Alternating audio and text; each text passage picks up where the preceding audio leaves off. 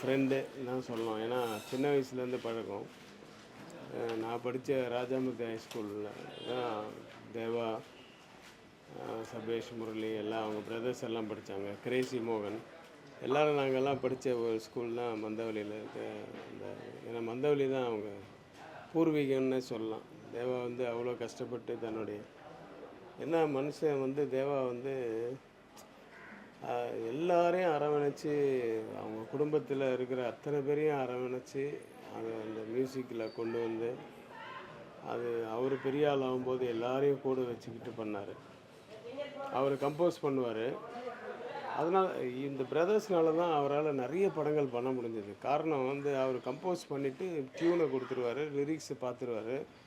அதுக்கப்புறம் ஆர்கெஸ்ட்ரேஷன் சபேஷ் முரளி தான் மெயினாக பண்ணுவார்.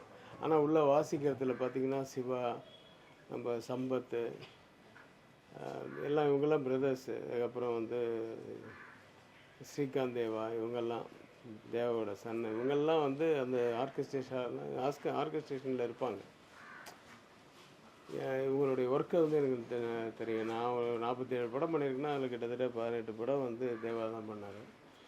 அதில் நிறைய இவங்களோட நிறைய பழகிருக்கேன். அபய்ஷன்மையிலேருந்து பஞ்சதந்திரத்துலேருந்து நிறைய படங்கள். சரி, அந்த சீசனில் அதுக்கப்புறம் இவங்களுடைய ஒர்க்கை பார்த்துட்டு இப்போ நான் இன்ட்ரடியூஸ் பண்ணுறேம்மான்னு சொல்லிகிட்டே இருந்தேன். ஒரு சான்ஸ் கிடைக்கும்போது சமுத்திரமில் தான் சபேஷ் முரளியை வந்து நான் தேவாகிட்ட சொல்லிட்டு தான் செஞ்சேன்.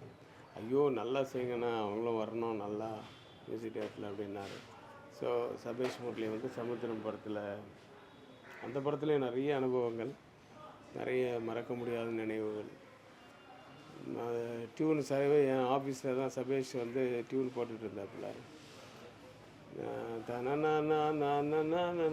நான் சொன்னேன், தேவாவின் அன்பு தம்பியே அப்படின்னு நான் சொன்னேன். அந்த மாதிரி எவ்வளோ பழக்கம். அதுக்கப்புறம் தான் அழகான சின்ன தேவதைன்னு வந்து அந்த பாட்டு வந்தது. அதுக்கப்புறம் நிறைய படங்கள் பண்ணாங்க. இப்போ வந்து இன்னும் ஒரு கொஞ்ச நாள் இருந்து அந்த மியூசிக் யூனியன் கட்டடத்தை வந்து அவர் கட்டி முடிச்சிரு. அவருக்கு கனவாக இருந்தது. அவருக்கு சபேஷுக்கு வந்து அந்த மியூசிக் யூனியன் தலைவர் ஆனதுக்கப்புறம் கங்கா மரன் சார், அப்புறம் தம்பி முரளி தான் செக்ரட்டரி. ஸோ வந்து இவங்கெல்லாம் வச்சுக்கிட்டு எல்லா மியூசிக் டைரக்டர்ஸ்கிட்டையும், Ilaiyaraaja sir, A R Rahman பேசி எல்லாரையும் வச்சு ஒரு ஃபங்க்ஷன் பண்ணி அதில் வர அந்த பணத்தை வந்து, ஏன்னா மியூசிக் யூனியன்ன்றது தான் வந்து அத்தனை பெப்சியில் இருக்க அத்தனை யூனியனுக்குமே பெரிய கட்டடமாக இருக்குது.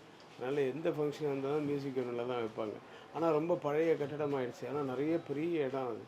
அது நல்ல பெரிய கட்டடமாக கட்டணும்னு சொல்லி ஆசைப்பட்டான் சபேஷ்.